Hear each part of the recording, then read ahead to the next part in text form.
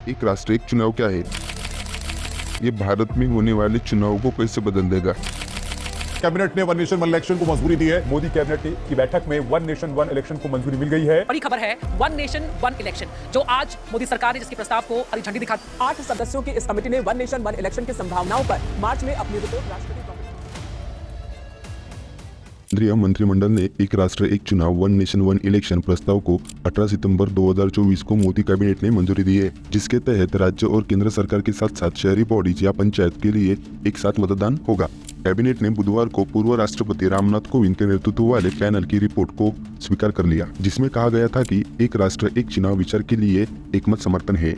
भाजपा ने इस प्रस्ताव को दृढ़ता से समर्थन करते हुए कहा है कि इसमें समय और धन की बचत होगी, लेकिन कांग्रेस के नेतृत्व में लगभग 2 दर्जन दलों ने तर्क दिया है कि यह अनावश्यक और अव्यवहारिक है। आइए जानते हैं वन नेशन वन इलेक्शन लागू होगा कि नहीं और इसमें क्या क्या फायदे हैं और क्या क्या नुकसान है। नंबर 1, इलेक्शन का खर्चा कम होगा। सीएमएस ने अनुमान लगाया था कि लोकसभा चुनाव 2023-2024 में 1 लाख करोड़ रुपए खर्च होने वाले इंडिया में जो साल 2019 के लोकसभा चुनाव से दुगने थे। अब लोकसभा चुनाव के साथ ही राज्य में विधानसभा, स्थानीय निकाय और पंचायत चुनाव होंगे तो उनके चुनाव के लिए अलग से खर्चा नहीं करना पड़ेगा। नंबर 2, बार आचार संहिता से मुक्ति। चुनाव की तारीखों का ऐलान होते ही संबंधित क्षेत्र में आचार संहिता लागू हो जाती है, जिसमें सरकारी कर्मचारी अधिकारी चुनाव मोड में चले जाते हैं। बार चुनाव होने से इस स्थिति का सामना बार करना पड़ता है, जबकि वन नेशन वन इलेक्शन से बार लगने वाली आचार संहिता से मुक्ति मिल जाएगी। नंबर 3, सुरक्षा बलों पर बोझ कम। चुनाव में सुरक्षा का जिम्मा स्थानिक पुलिस के साथ सुरक्षा बलों के जवानों की ड्यूटी लगाई जाती है। चुनाव में बार लगने वाली ड्यूटी से मिलने पर बलों पर काम का बोझ कम होगा।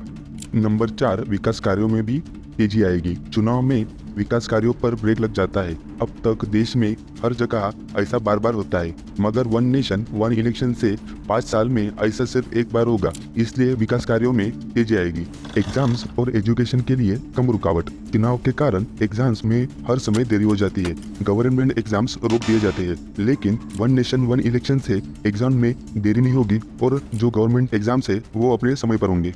और इसमें कुछ नुकसान भी है। पहला, राज्य सरकार की मनमानी बढ़ेगी। अगर एक ही बार लोकसभा और विधानसभा चुनाव होते हैं तो अगले 5 साल तक कोई चुनाव नहीं होंगे, जिस वजह से राज्य सरकार पर वोटर्स के समन्वय जवाबदारी कम हो सकती है। फ्रीक्वेंटली चुनाव एक तरह प्रेशर बनाए रखते हैं कि सरकार पब्लिक वेलफेयर पॉलिसीज को इम्प्लीमेंट करे, लेकिन अगर चुनाव का समय बड़ा हो गया तो राज्य सरकार को अपने फैसलों के लिए इमीडिएट फीडबैक नहीं मिलेगा। नंबर 2, चुनाव के परिणाम प्रभावित हो सकते हैं। विधानसभा और लोकसभा चुनाव एक साथ होने पर वोटिंग प्रभावित होगी। दरअसल लोकसभा और राज्यसभा चुनाव अलग अलग एजेंडे पर लड़े जाते हैं। दोनों चुनाव एक साथ होने की स्थिति में वोटर राष्ट्रीय मुद्दे से प्रभावित होकर एक ही पैटर्न में वोट डाल सकते हैं। इसमें क्षेत्रीय पार्टियों को नुकसान हो सकता है। नंबर 3, छोटी पार्टियों के लिए समस्या। एक ही वक्त पर मल्टीपल चुनाव होने से छोटी पार्टियों के लिए कैंपेनिंग में मुश्किल हो सकती है। बड़ी पार्टियों के पास ज़्यादा रिसोर्सेज होते हैं जो नेशनल और स्टेट लेवल कैंप को एक साथ ही इफेक्टिवली हैंडल कर सकती है, लेकिन छोटी पार्टियों को अपने एरिया के इशू हाईलाइट करने का मौका कम मिलेगा।